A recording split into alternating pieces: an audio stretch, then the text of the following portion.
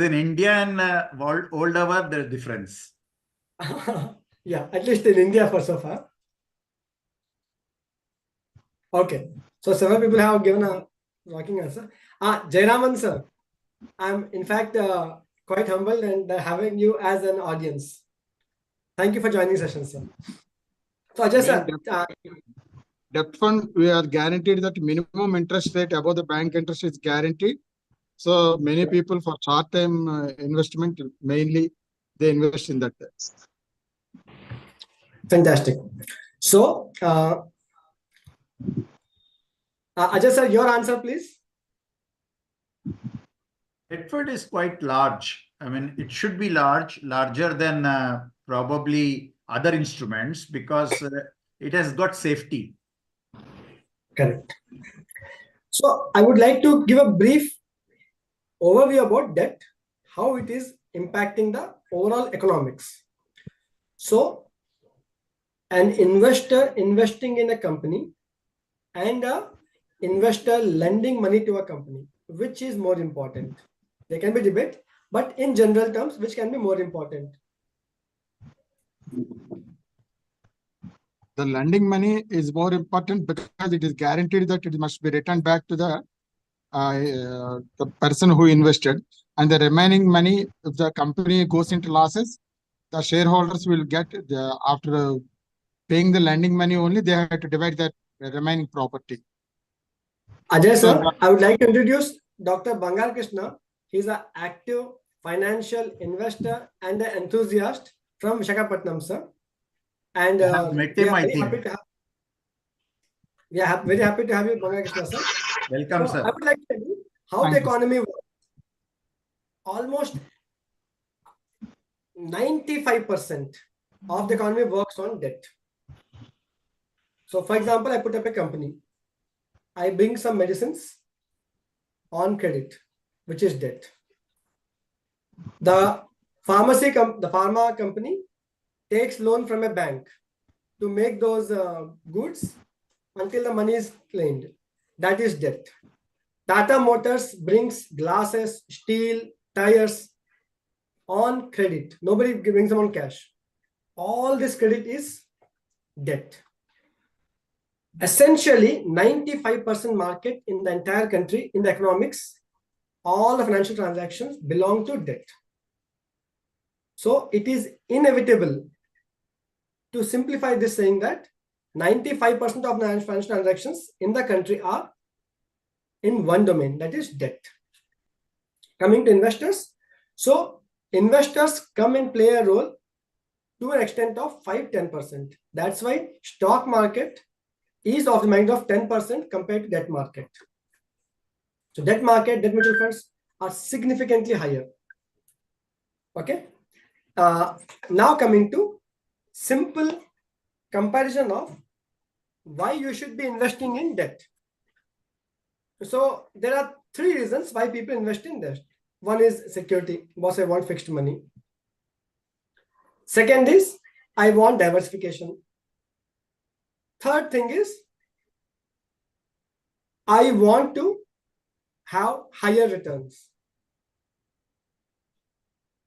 First thing is I want to have high security. Second is high returns. Third is I want to have a diversification. Which one is correct? Opinion poll, please. At least 10 seconds. High returns, safety. Higher security, higher safety, or diversification? Safety. Security. Safety. Okay. That's one very good correct answer. Because 90% of economy doesn't work on variable instruments. Okay, Ajay sir, if you make profit, I will take my money for my goods supplied to you. It doesn't work like that. Or the Tata Motors doesn't come and say to you that if we make profit, we will give you the money for tires. No. Whatever happens to Tata Motors, they have to pay money to the tire maker or the glass maker or the steel maker. Isn't it? So security or safety is an important element of debt. What is more important is from an investor perspective, is it safety or returns? Which is more important while investing in debt? Safety or returns? Safety only, because once you lost your principal, you can't do anything. So most of them safety. I would show you the different domain of what returns mean or safety mean.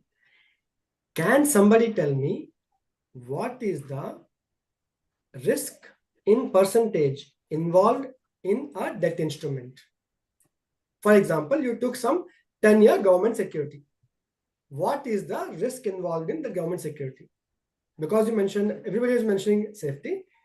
So we all presume that the government securities are more safe than Nifty. Do we all agree on this?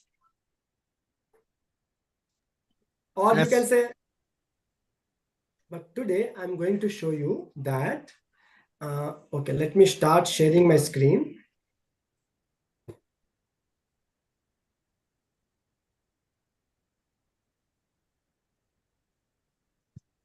Ajay sir, there's a big black box on the top of this thing.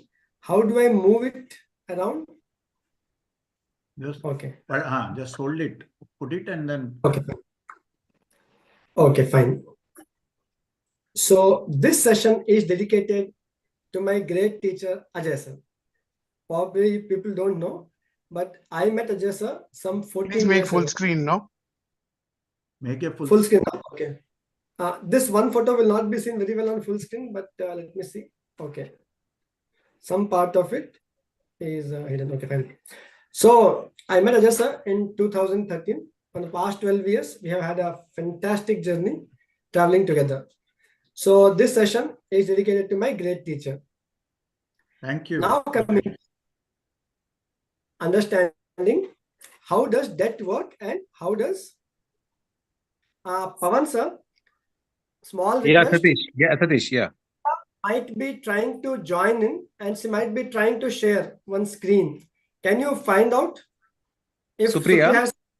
Yeah, I'll do that. I'll make her co-host. Okay. Yeah. Please touch with her, sir, in case she joins. Okay. Yes. So this is a small chart I was supposed to show you, but anyway, I will write it down here. Gold in the past 10 years.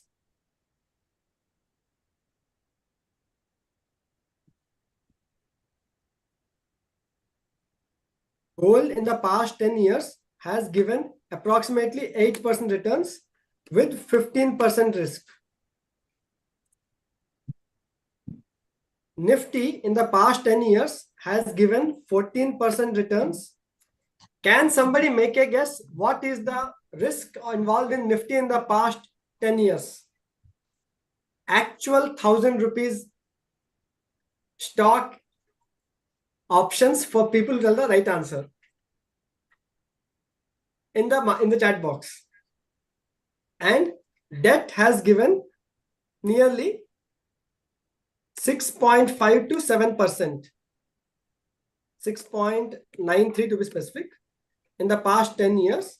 And can somebody tell me what was the risk involved in that?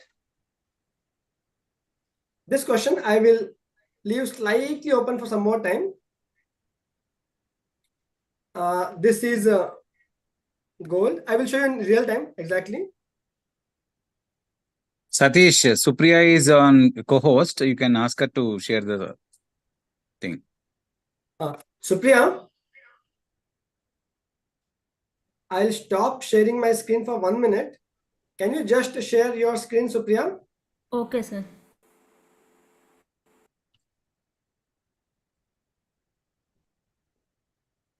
Pawan sir, can you just spotlight her screen? So I was doing this I'll do that. Yeah, I'll do that. Yeah. And we were like surprised to know what is risk and what is the amount of risk involved in debt instruments.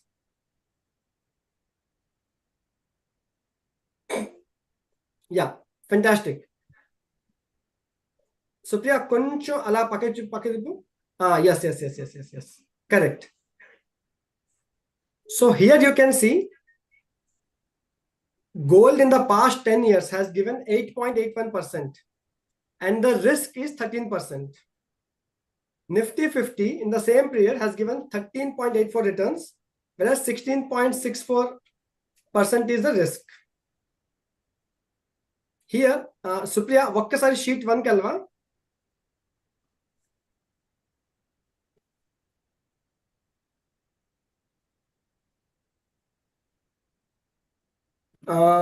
One second. Okay. అందులో Nifty next 50 దగ్గర SBI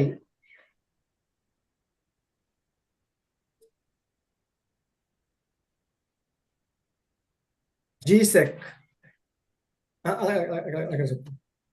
okay Supriya నువ్వు SBI GSEC అక్కడ type చేయి SBI GSEC SBI space GSEC G ETF అది కాదు SBI GSEC ETF. I'm very sorry, the laptop is in Vizag and I am in Rajahmundry, so it's more confusion. ETF. Okay, Supriya, you can just search it later. GSEC ka Supriya, SEC SEC. Okay, anyway, I'll keep it simple. Supriya, come to page sheet 1-3. It won't work like this. Okay, so I would like to tell you that instrument, the GSEC 10-year government ETF, had given us close to 7.3%. The risk involved was 13%. Supriya, అక్కడ Pawan sir మీ mic mute చేస్తారా? I think you're talking. Yeah, somebody else is talking. I muted him. Yeah.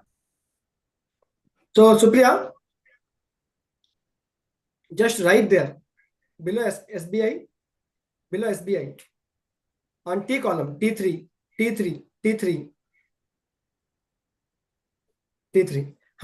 So 6.93. Next T4.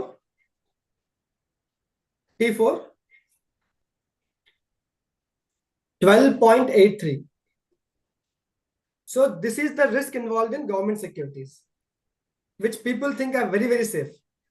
So I would like to today highlight only one point. Why are government securities so risky? In a long-term bond, how is risk defined? Risk is defined as the amount of volatility from the expected. Let us say you're expecting 7% return from the government bond. It goes to 8.5 and 6.2.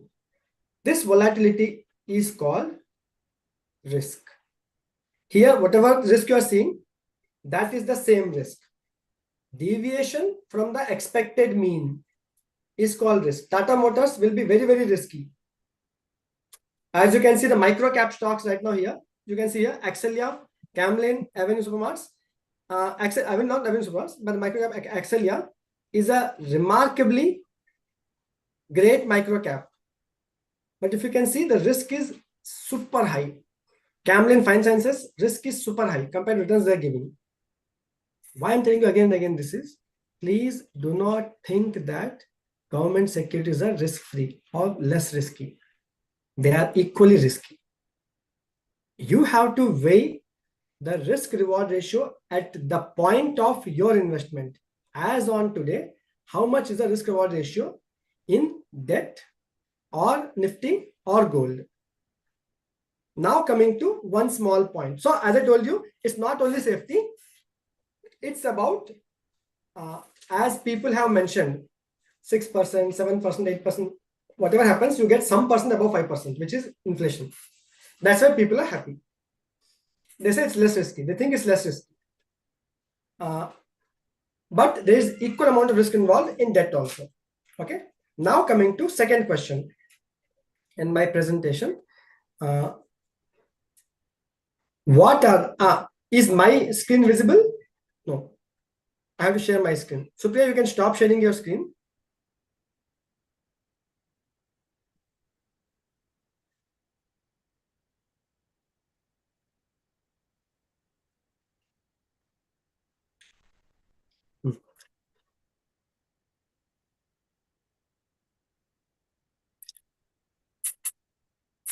what are the types of debt instruments available in the market.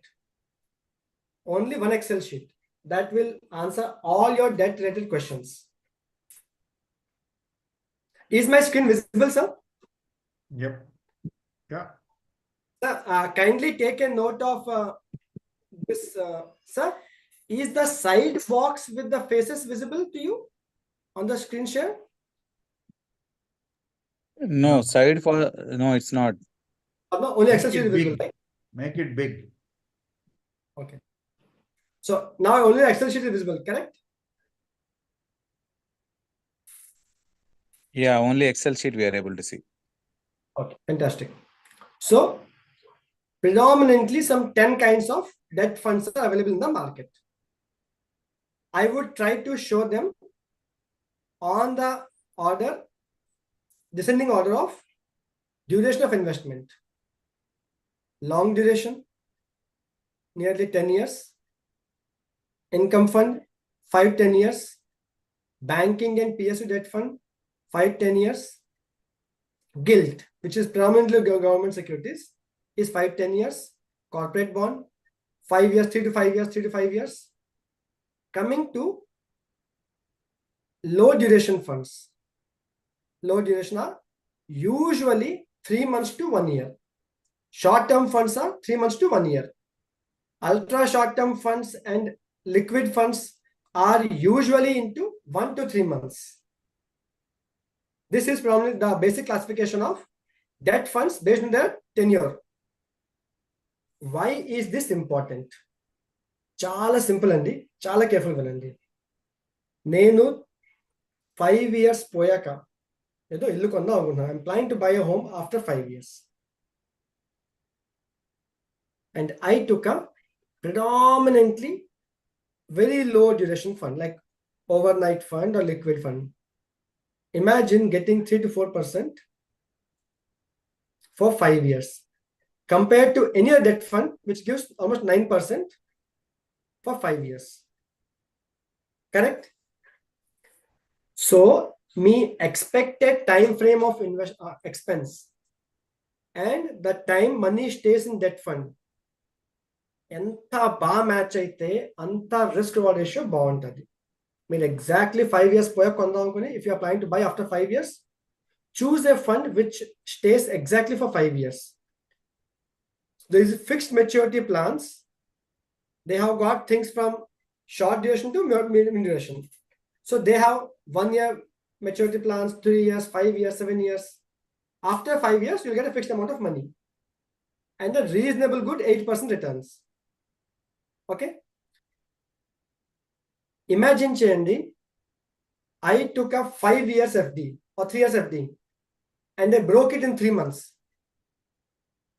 Will I get the same return that was promised for 3 years?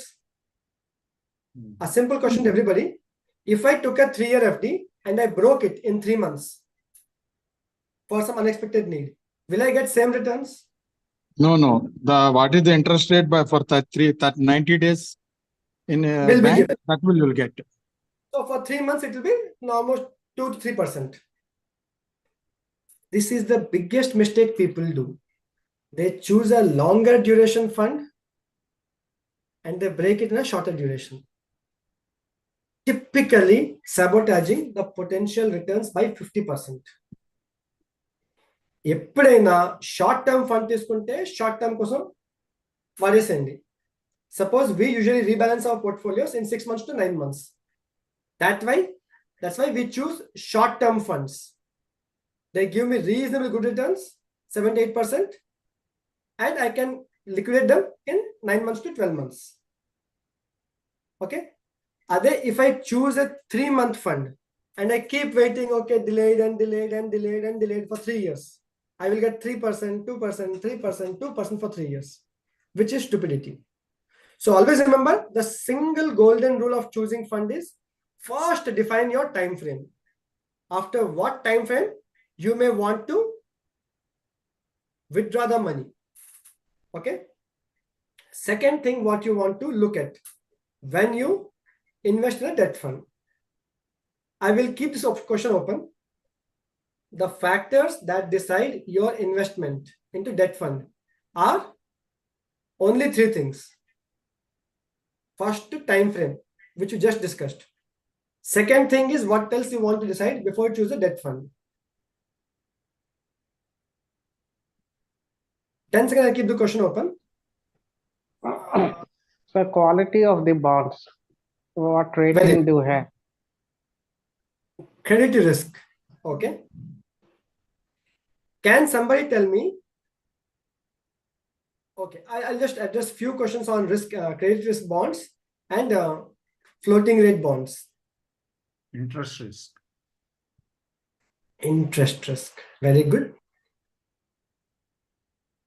The second biggest thing, what you should decide choosing which one is how much of your rest of the portfolio wants to be hedged. So second major use of debt fund is hedging your equity portfolio or your real estate or your gold portfolio. How many of you would agree to me that debt funds can be used to hedge against our equity portfolio? I will show you a small example. Before I show, I would like to take the feeds from everybody.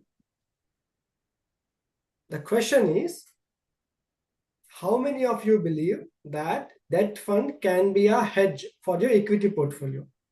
Under equity investors, people forget they have to invest into debt. I would show you what your portfolio would look like if you forgot to invest in debt.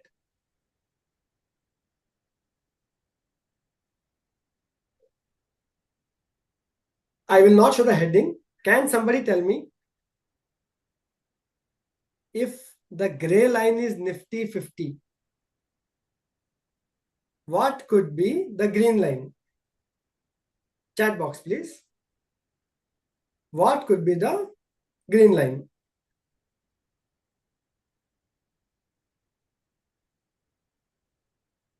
The gray line is Nifty 50.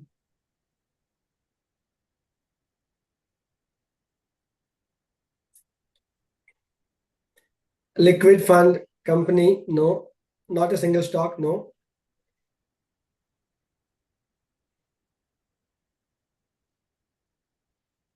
GDP, no. So the green line is, okay, I'll come to the answer. Can you tell me which is more bouncy, gray line or the green line? Which is more wavering, more volatile, more risky asset? Great. So everybody, okay. Rajendra Prasad ji, thank you so much. He is right. Equity plus debt. The green line is equity plus debt. So this is equal combination. If you allocate 50% to Nifty, 50% to FD, that will give you this green line. At some point of time, you can see, if my mouse is, I'm not sure, okay. The green and gray have returns, same returns, and the two lines are meeting at some points, correct? And from there on, returns are higher, and obviously risk is also higher. This is Nifty plus equity debt in equal proportion. There is one more instrument called gold. Can somebody tell me gold bond is a debt instrument or an equity instrument? This question will get 1000 worth Nifty 50 ETF Bs. Is gold bond a debt instrument or an equity instrument? Very good, very good. Shilpa madam has said it's equity. Rest all have said it's debt, and somebody else. Uma Vidyakar. Okay. Very good. One very good answer. Shilpa just mentioned is neither debt nor equity, it's commodity linked. Okay. But no, most people are right in their own way. It's essentially debt because government promises to pay you 2.5% every year, which is fixed. And that is the debt component of the gold bond. Whereas it being a rising instrument on its own can be categorized in the commodity or equity.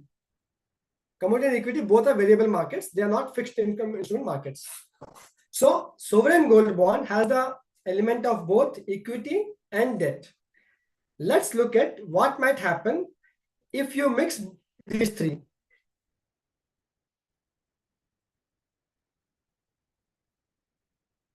Nifty 50 plus FD plus gold.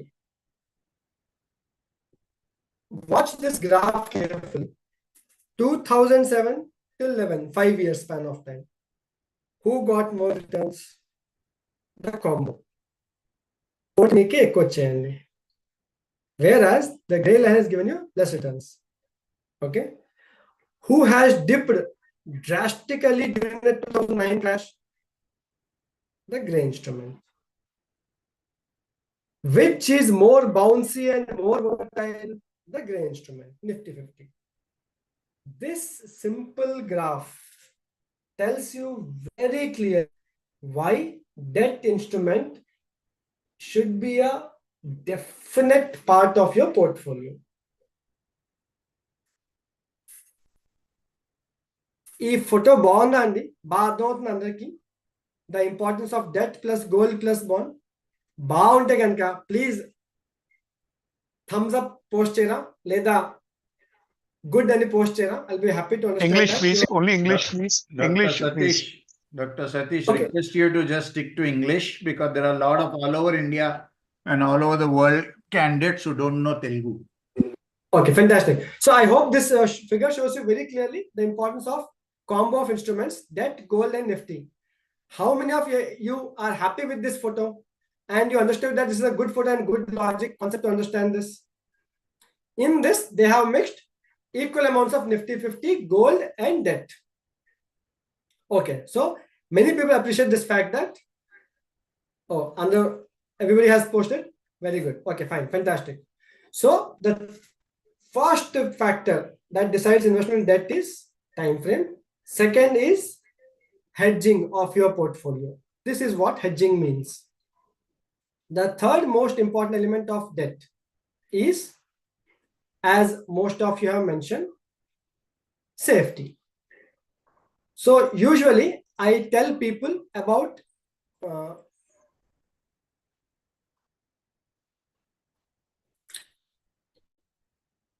the question which people constantly ask me is,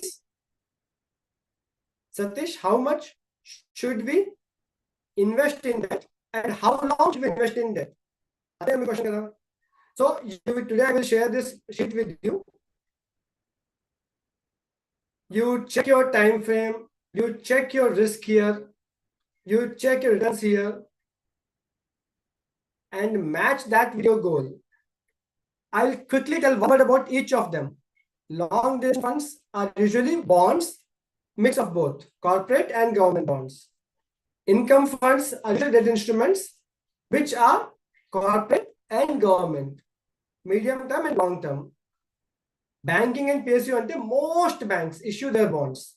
Those bonds are put into banking and PSU bond. They yield very high returns, 9-10% return normally. Gilt is essentially government securities. Long duration. Long duration normally give you 7-8%. Corporate bonds are, they invest in AAA, AA, single A, high risk, medium risk also. And based on their risk exposure, the credit risk thing comes into play, which gives a return of good 7-9%. If you take highest rated bonds, they give you 7% approximately, 7-8%. The lowest rated bonds, single A bonds, they give you 10% approximately, 10-11%. Medium term funds, which are a mixture of medium term bonds. FMPs, fixed maturity plans. This is best suited for people who have a fixed duration in their mind. Okay, boss, after this 5 years or 2 years, I will need this much money for my company. They can go for FMPs.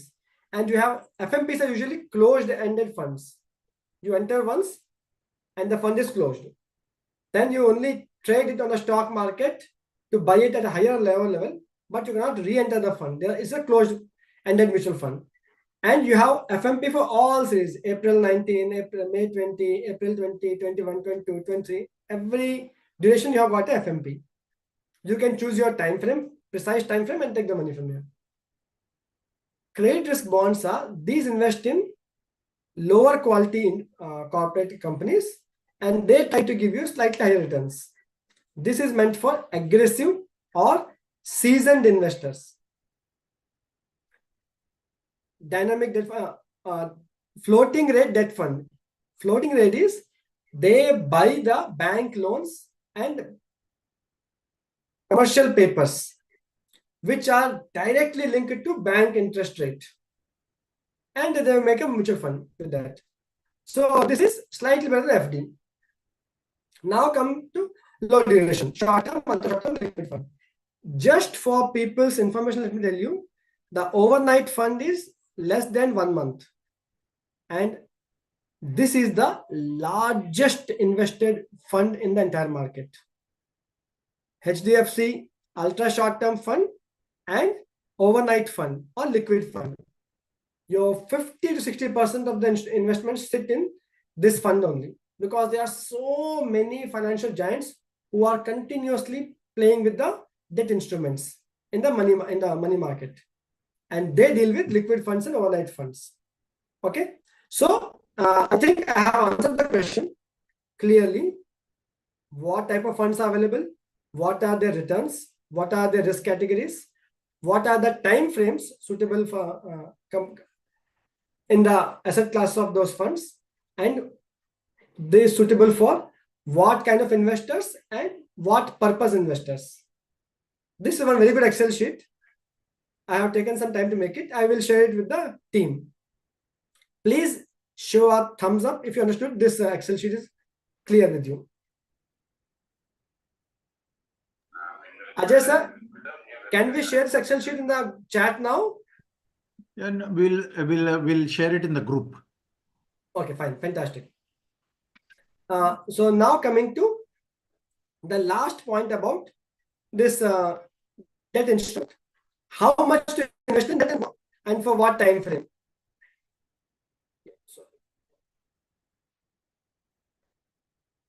So this is a simple looking, quite scientific picture for young investors who are less than 45 to 55, around 50. They all invest 20 to 25% in 20 to 25% into debt or bonds, 30% into funds, 40% into stocks. One might want to ask me why this is a proportion. And people who are senior, who have got less than 10 years to retire, people are above 55, they invest 40% in debt, 30% in funds, 20% in stocks. And there is a proper scientific reason why this should happen like this. I will discuss it in the group separately. So it's essentially based on the risk. So more risky, slightly more investment for returns. The same proportion. Okay. This is the amount of money you should invest in debt. Now coming to what time frame should you look at? This is one of my favorite photographs. Watch carefully. If you are planning for 1 to 3 years and you are very low risk investor, you can, I'm assuming low risk means you want some part to be invested in equity. You can't say I want 100% in debt. Okay, then you're not an investor in equity.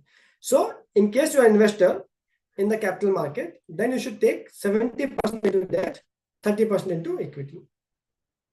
Medium risk and high risk. For 3 to 6 years, you should invest 50-50 or 60-40. And if you have higher risk appetite, you can go into these dedicated funds. Coming to long term, any investment above 6 years doesn't make sense in debt funds.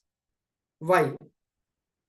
Why you should always invest in mutual funds for investment above 7 years time frame. I would show a small photograph and make this clear.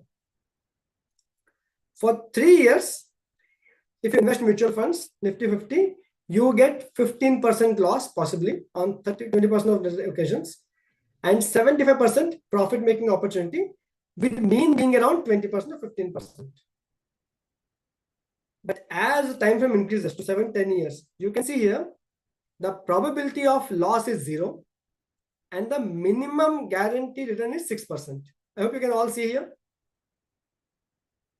Can everybody raise your hand and say that you're able to understand that if you invest for 10 years in mutual funds, you can see the loss is nearly 0.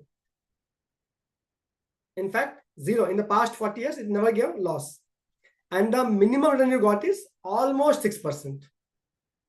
Now, debt instruments give 6, 7, 8%. Tell me, if you're investing for 10 years, which makes more sense, mutual funds or stock or debt funds? Your target is above 7% of returns. I'm looking for answers. The question is open. If you are targeting for 10 years and above, what is the best investment? Is it debt or is it mutual funds? Assuming you are happy with anything above 8%. So I think people have got the concept here that above 10 years or 7 years, there is no role at a retail investor, at least. There are institutions which have a longer play in longer term bonds, but here for a retail know nothing common investor, anything above 7 years, I would strongly recommend that go for mutual funds 100 to 100, or you may say 90 to 10 ratio. So with these 3 questions, that is how much amount to be invested, for what time frame to be invested, what kind of debt instruments are available in the market, what are their rationales. Now, last question I want to address is, where can we buy this debt funds or debt instruments? One common best platform to buy these is very simple, RBI direct retail outlet. You have a proper open debt market on the RBI site. Other simple way of investing is, if you don't understand the nitty-gritty of risk reward ratio in a debt instrument, directly go and buy the mutual funds. Here I have chosen HDFC just to show some example. Please don't take this as a recommendation. But having said that, in a recently concluded study, the quality of assets in debt mutual funds is highest for HDFC debt funds. So that's why I took this as an example. So either you can buy from RBI direct, or you can go to the fund houses and buy your debt fund. With this, I come to the conclusion of the topic on investment in debt fund. The 3 points I would like you to take home today are: debt play a crucial role in constituting the complete portfolio of be it assets, be it equity, be it gold. It gives a wide range of time frame and safety module for investors. And third last important thing is, always remember, whenever you buy debt fund, please match the debt fund's duration. We call it Macaulay duration. That is the average sum total of all the instruments. For example, I have got a 10-year fund, 1-year FD, 2-year FD, and 3-year FD. The average duration is 2 years. So this Macaulay duration should match with your investment horizon. The better it matches, the better risk reward ratio you get from debt fund. With this, I hand over the mic to my great mentor Ajay sir for his remarks. Over to you, Ajay sir. Sir, before that, I would like to ask you about the credit risk, interest risk, and the taxation. Okay, fantastic. That's a good question, sir. I would quickly address that.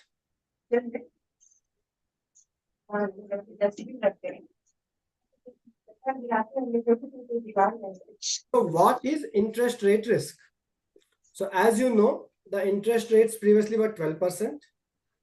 Now they are, last decade they were 10%. Now they are 7 or 8%, in fact 6%. Is called interest rate risk. So this mutual fund, as you can see here, HDFC floating rate, absolutely deals with that interest rate risk. So all the debt instruments, they carry the interest rate risk with the variable element. Having said that, there are short-term instruments which typically save you from income interest rate risk. All the short-term, usually they come with fixed interest rates for 1 year, 3 years, 5 years. That saves you against interest rate risk. Coming to credit rate risk, I would like to tell my investors, usually what does these three mean? AAA, AA, single A, in simple people's understanding. Then triple B,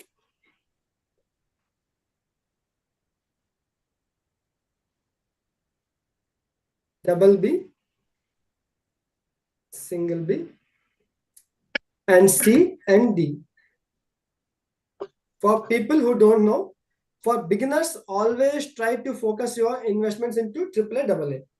For slightly seasoned investors, for example, me and my colleagues have invested in single A bonds, corporate bonds, which gave us 12.5% interest. But for a know-nothing investor, AA bonds usually give 8 to 9%. In fact, we bought it 10.5%. So AA bonds around 9-10% is a gold mine.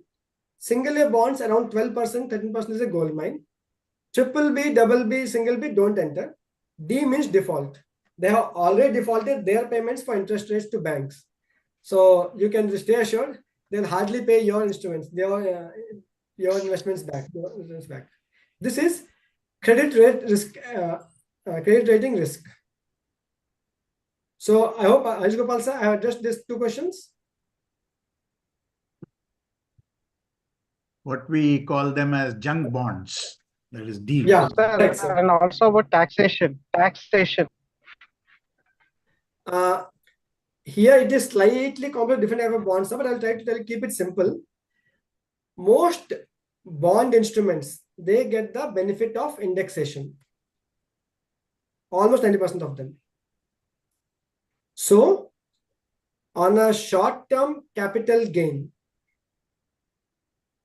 is less than 3 years for most of these long-term bonds and short-term bonds. Anything above 3 years is long-term capital gain. Long-term capital gain is 20% plus your indexation. So for example, I bought the bonds at 1,000 rupees. And today the bond is 2,000 rupees. So I made, or let's say 1,500 rupees. So I made 500 profit. But average growth rate of a bond is 1,400 rupees. So I would have to pay tax on the 20% of the 100 rupees I made extra. I'll make it simple. I began at 1,000. I'm trying to explain indexation. Then I got 1,500. But the average bond has grown up by 1,400 rupees in the same time frame. So I essentially made 100 rupees profit. And you have to pay 20% on this indexed profit. Harish Gopal sir, does that answer the question? Yes, sir. Yeah. Over to you, Ajay sir. Dr. Harish Gopal, thank you, Dr. Satish Vadapalli, for that very simple, clear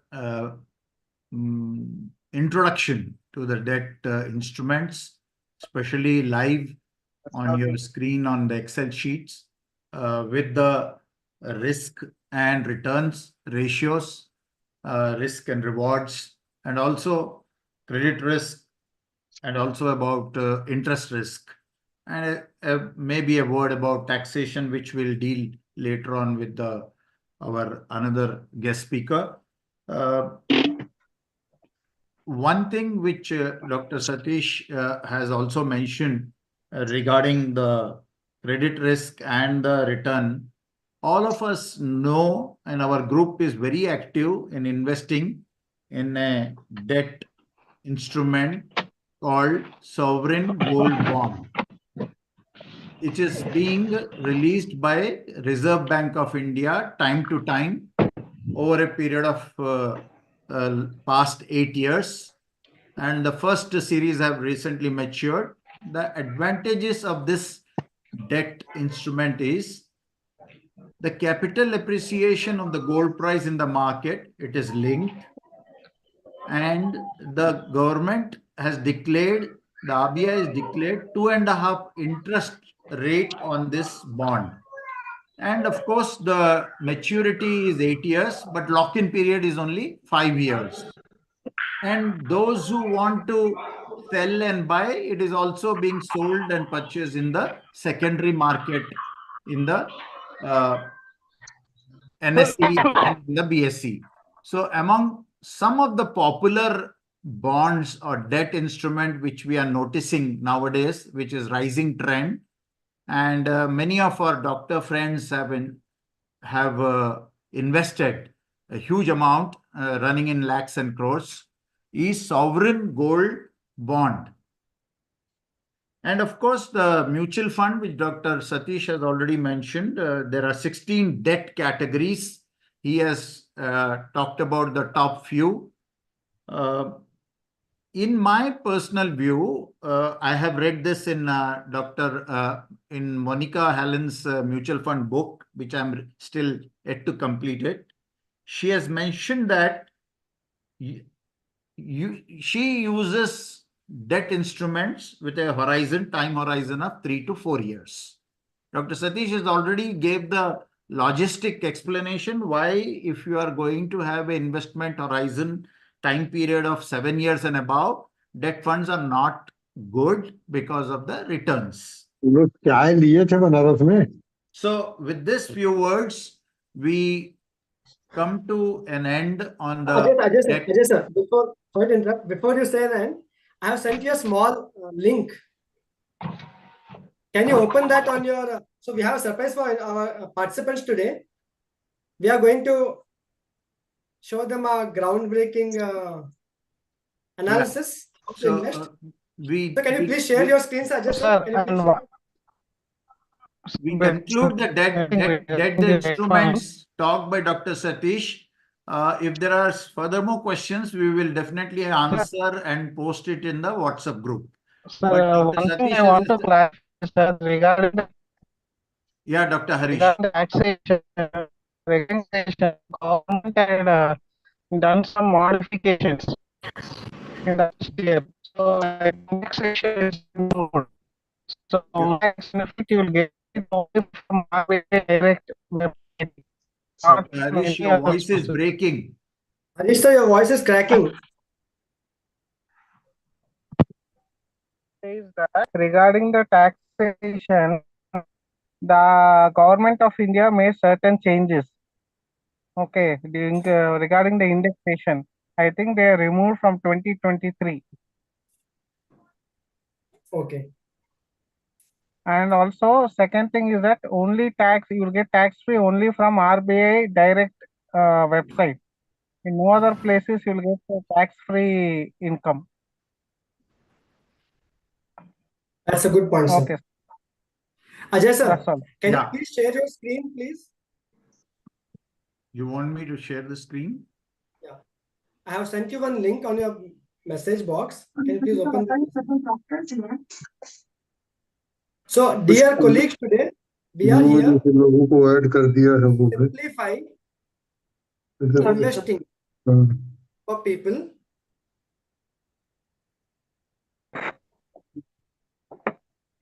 Shall I WhatsApp you, sir, Ajay sir, or shall I say, if you open the chat, message box? I try to share the screen which you have sent in my. I'm not able to see.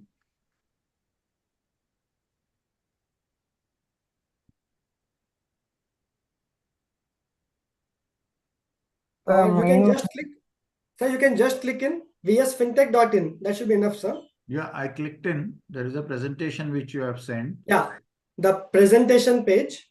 Open that page, sir. I'll tell you what to do. Yeah. Okay, now share your screen, sir. How do I? You share your screen?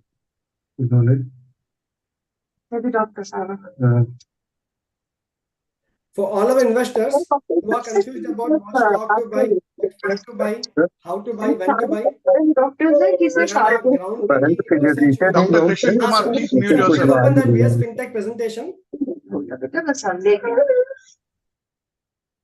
Pawan sir, how can we mute all of the participants here?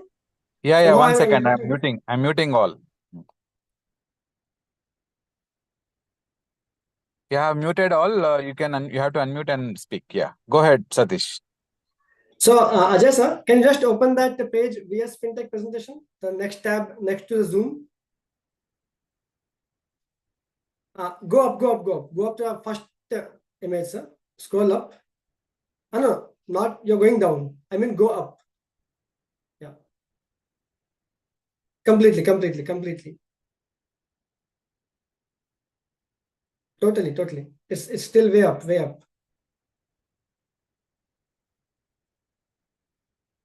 Yes, sir. So here, no. Come to your image, sir. The first image is your image. Yeah. Please click on your image. And dear friends, with this click, I am thankful to Ajay sir for finally unveiling our first of its kind in the entire country, simplest analysis of equities and funds. Ajay sir, can I tell about this, or you want to tell me your perspective at least? Sir, your voice is on mute, sir. Mute. Ajay sir, you are on mute.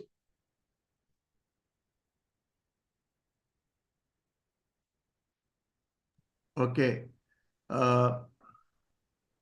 Dear audience, participants, and members of the F3 group, Dr. Satish has created a small app and a Excel sheet which gives us sector-wise evaluation, stock price valuation, quality of the stock, and the right proportion sizing of the stock investment, what we call right proportion, which you must invest. So this is what he has done it. I have not used it, but I have seen it when he was doing a beta version. Hope you will go and have a look at it if Dr. Satish keeps it open for our group members for a beta version. Yeah, Satish. Yeah, can you just scroll down, sir? So, dear friends, we have 5,000 stocks here in the market. Where do you begin searching for the stocks? So, first question is right time or right sector. So, we have to first, out of 160 industries, we have listed all 160 industries in this web page. As you can see, sir is showing us all industries are listed out here.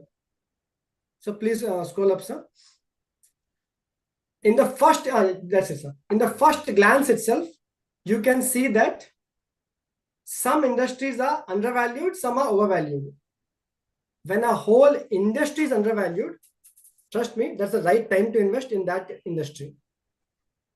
So, Ajay sir, please click on banks private sector, which is currently undervalued. Yeah. Click on that bank's private sector, sir. No. Click on the banks. Yeah, click there. So you can see all the private banks are listed out here.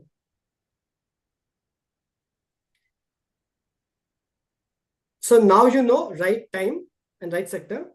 Now the next question is, what is the right price?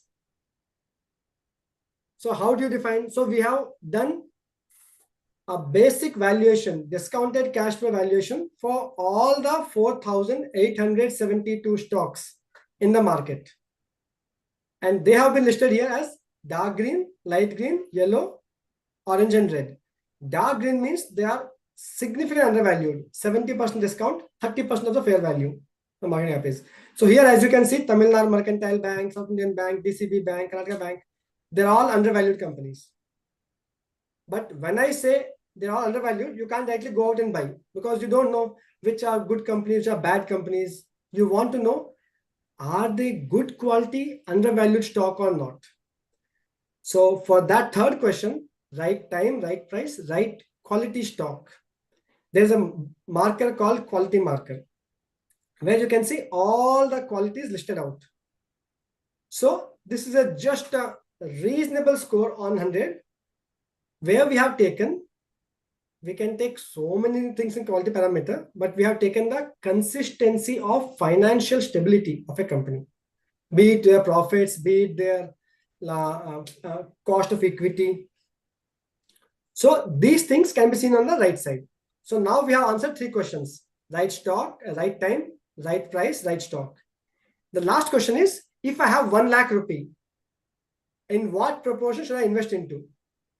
So Ajay sir, can you just click add on Tamil Nadu Mercantile Bank, South India Bank, DCB Bank? The add button, plus. Yeah, go on. Add some more, some more, some more, some more, some more, and down, and down, and down, and down, and down. And yeah. So as you can see here, sir, what proportion of your investment should go into these stocks? This can be any stock. For example, you have shown some 7-8 stocks here, but ideally we take 16-20 stocks for investment. So this answers our 4th question: what proportion? This app is still to be beautified. It's still in beta phase. After discussing with my mentor Ajay sir, we thought we'll keep it open for our F3 members, for them to freely use, ask questions, tell their opinions, how it fares with their valuations, with their quality markers. And please give us your feedback. We'll be happy to. In this one point of interest, sir, this additional column of growth has been added for my very good friend and a very fantastic financial expert, Chape Soren sir. Soren sir, are you there, sir? So yeah, I am there. Yeah, sir. So Chape Soren sir is fond of growth investing.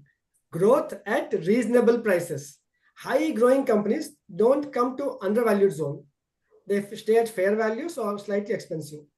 So this growth marker can be taken as additional thing if you're looking for GARP strategy, growth at reasonably fair valuation pricing.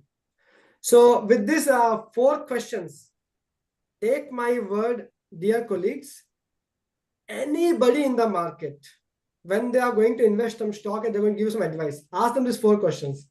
Is it right time? Is it the right stock? The right price or not? And what proportion? If you follow this 4-question strategy, I can guarantee you, with all my 40 years back testing, the probability of making loss is 0.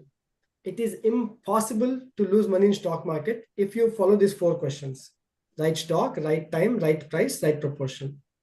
And this platform is the only of its kind in the entire country, which we have ingeniously developed at our own center, that answers all the 4 questions in simplified, actionable points. There are other sites where you get all theory and data and everything. We have summarized that data into actionable yes, no, or wait. So I hope people will like it. If Ajay sir could express his remarks, and with this, Yeah, Satish, congratulations. Wonderful job. It's a very hard work which you have done with your team. I know it's so difficult to do it, but you have made it to look at least on the screen very simple. My one question which I have a doubt is quality and growth. What were the parameters you have added in the back end? Yeah. So for quality, as I mentioned, we have taken financial quality, sir. We couldn't quantify the CEO's experience, the vision, the upcoming possible growth projections, like the CapEx. projected capex and all that. We couldn't get that. But what we took was financial stability. So we took cost of capital. So when they are bringing money, are they able to continuously bring the money at a very low cost? Because if you are a consistently good performer, stable performer, banks will be consistently giving you at a very same rate. Whereas once you become defaulter or you ever, your cost of capital significantly varies. That's one point. Second point in the value, in quality, what you've taken is, sir, the operational profits being consistently on the stable side. Any cutoff? In this operational profit, we haven't taken one particular cutoff, like 20%, 10%. We haven't taken that. What we have taken is, let they be making 5% operational profit, but that should be consistently on the rise. That shows the profitability of a company even in adverse situation. Rising trend of profit. Yeah. So Operational 1% also the operational profit has to rise. And third thing, in quality, what we have taken is the company's reserves consistently rising. So what we have believed is, in this, our assumption was, a fantastically growing company will keep growing its reserves consistently. If you are forced to pull your money out of your reserves, that means you fell into a shit for which you had to sell some of your reserves. So similarly, we have taken, so all these parameters, we have taken some 7 parameters. These 3 were the major deciding ones. For the growth parameter, we have taken very simple logic, sir. We are strong believers of 2 things. A fantastic company should increase in profits, net profits or profit before tax or EBITDAs should increase in that. And the profitability also increase. Profit should increase, profitability should also increase. I'll give you a small example. At 100 rupee sales, you are making 20% profit. At 200 rupee sales, we are supposed to make 40 rupees. Assuming we are able to make 45 rupees, that means we are a fantastic company. Profitability should also increase. So that has been taken in growth. The small submission I would like to make here is, valuation has been done from a 5 years horizon perspective. At least 5 years of balance sheet we have taken. Quality and growth has been taken 4 to 8 quarters only, 1 to 2 years. It was quite complex to take 5 years horizon. So that's why we took 2 years horizon. Cost of operations. Yes. Efficiency of the company's funds usage. Correct, sir. Correct. So that point we have emphasized a lot when we are taking this quality into parameters. Sir. So many companies are strongly put to valuation test. So for example, you say, Satish, my company is 100 rupees now. It's going to become 1000 rupees by 200 rupees. So what I will say, sir, let's assume that the slow, hard, high growth does not sustain. And some of your next generation are modest performers. So I would take a very modest 8% growth. Now tell me, what will be valuation? So we have taken discounting on the growth.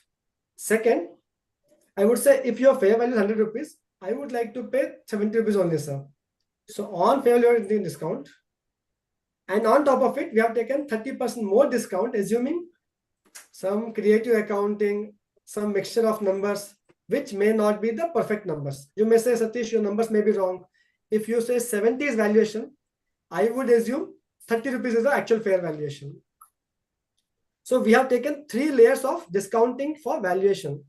That's why most companies that you see here will look overvalued. In fact, if a company falls into undervaluation zone on this chart, 95% chances it's undervalued from all perspectives. Excellent. I think this requires usage by a large number of group of people in our members. Try to use it and evaluate yourself and compare it with your analysis and your rating, so that the calibration of this app can be verified and validated. I think that is what we have to do it. And I wish Dr. Satish for a wonderful presentation and a very unique, innovative, tabular, active HTML sensitive form of list of companies with values, quality, growth, and also the amount of money which you should invest, which is known as the percentage of investment.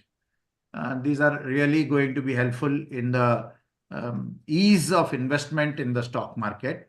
One of our participants has asked if you would have made, I don't know, is it possible or not? I'm not a coder or also a financial expert, an exit indicator, maybe after 5 years or 10 years, or what is the what we call is good to trigger, GTT, something like that, which we have in Zerodha, or some price is fixed where you should be alerted that yes, this is the time, if you have achieved your goal or period or whatever it is, you can unload it.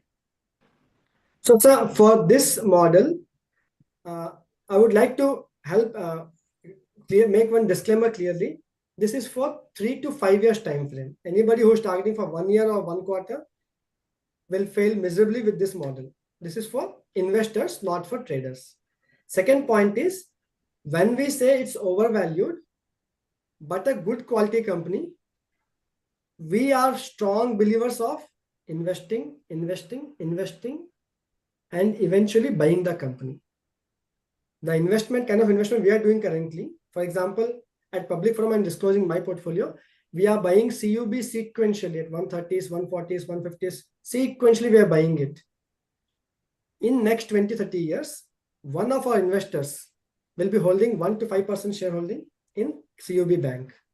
So we, by default, do not want to sell the company which we buy once they are high quality and high value.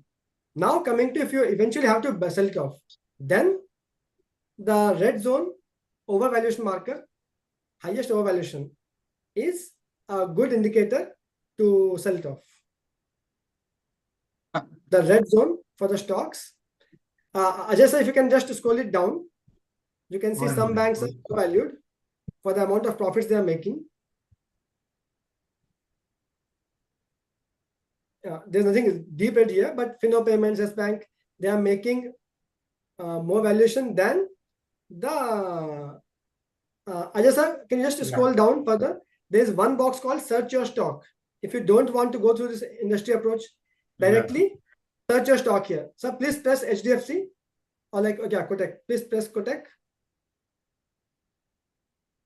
So currently this is the valuation of that individual stock. And you can add it here, sir. Please press add here. You can again create your basket here. So now type HDFC. So this is an independent stock search. Rather than going through industry, we go through economy, industry, sector, and then the stocks. HDFC. So you can add HDFC, bank, and AMC. Both are, okay. So again, the basket comes up. Yeah. So anything like HDFC life insurance here is 0.25. Anything below 0.3 is good time to sell. They're quite highly overpriced. I have a comment, Dr. Satish.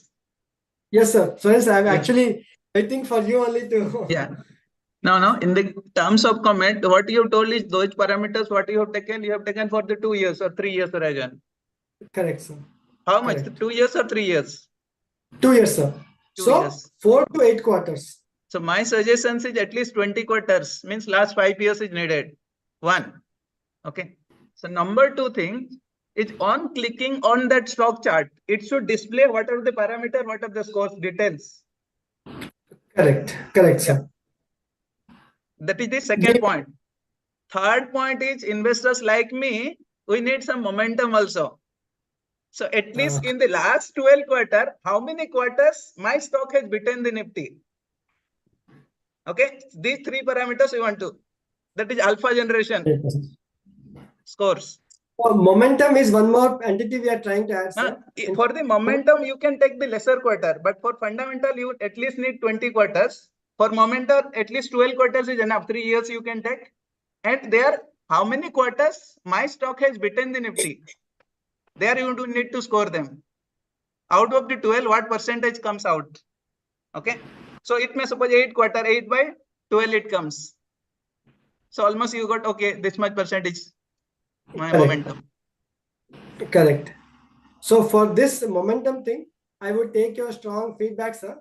We are trying to incorporate that, but we would definitely take your and Naresh Biyani sir's feeds, and we'll try to make a momentum score, sir. But this fundamental also 3 years is very less, 5 years minimum. Because all fundamental 2 years you should not.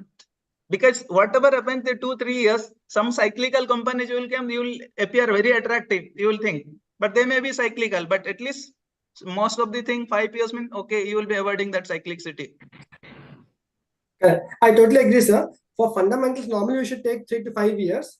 In this case of quality, the major issue was taking 5 years horizon created lot of noise. We are still working on complex AI models. How can we decrease the noise in creating valuation quality marker for 5 years? But yes, sir, in phase 2, we definitely will make it a point. Soren sir's point will be added 100%. And second thing, that the quality, because you might be taking average. Over suppose you have taken the last 10 quarters or 20 quarters, whatever maybe, you are taking average. Sometimes what happened, previously stocks were doing good quality, now performance may be down. So if it is rising, that is should be considered higher importance should be given. Otherwise, previously was good stock, now it will appear good also. If same importance if you are giving. So recent data should be given higher priority or importance. So what we call possibly exponential moving average kind of formula. Yes. Yeah. We are trying to incorporate, sir. In this current marker, the quality is based on the recent, anyway, it's 4 to 8 quarters. It's recent only. But yes, sir, when we make it 5 years, we 100% will make it the same way, sir. Yeah. Okay. Thank you. Wonderful, Dr. Thank you, Soren. Your expert comments. Even I was little hesitant in telling, but then yes, we are all talking about long-term investment as a 7 years horizon. But if we have a heat map which just tells us 3 to 5 years, that defeats our purpose.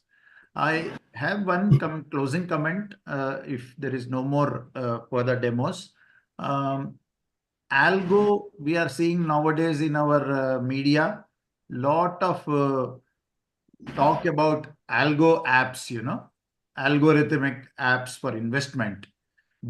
Can we call this algo app, Dr. Satish?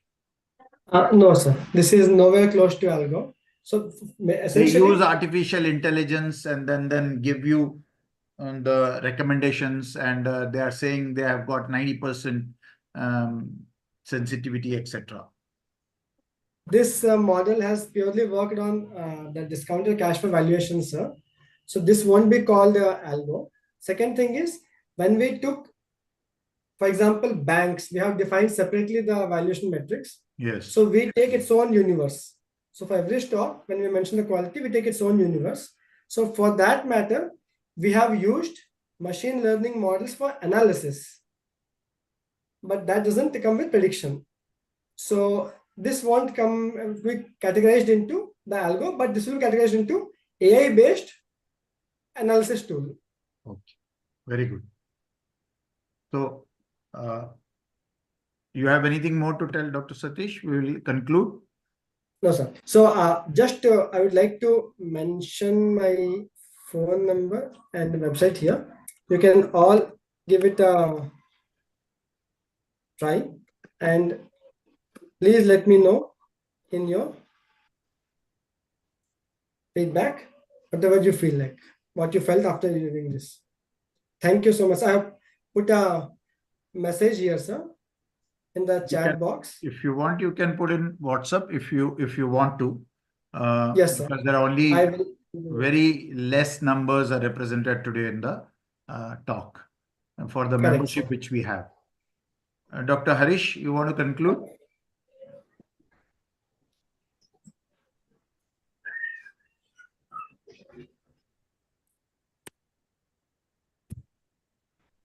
Dr. Pawan, are you there? Okay, so with this, we come to the conclusion on today. Very interesting topic on debt instruments, financial instruments, and very brief, precise, and clear-cut presentation was there by Dr. Satish Vadapalli.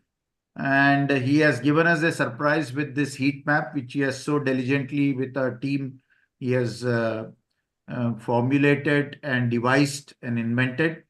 It has got a lot of usage. Dr. Chapasuran has also put in some inputs.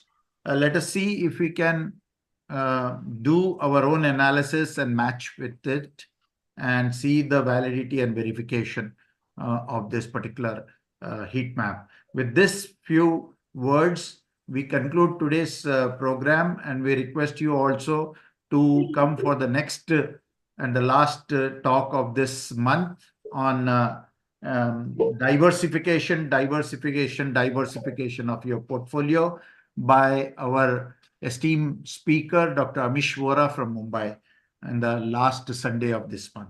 Thank you very much. Happy investing and happy learning of personal finance education. Thank you very much. Bye, all of you. Have a fantastic one. Thank you so much, sir. Thank you so much, Pats, and thank you so much, everybody who has joined today. Thank you, thank you, thank you. So we are now. Ajay sir, signing off. Yes. So will you close the meeting? Yeah, we'll close the meeting.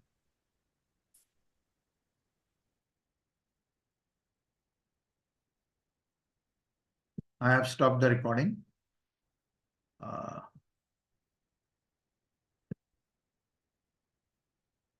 Save the chart. Yeah. Thank you.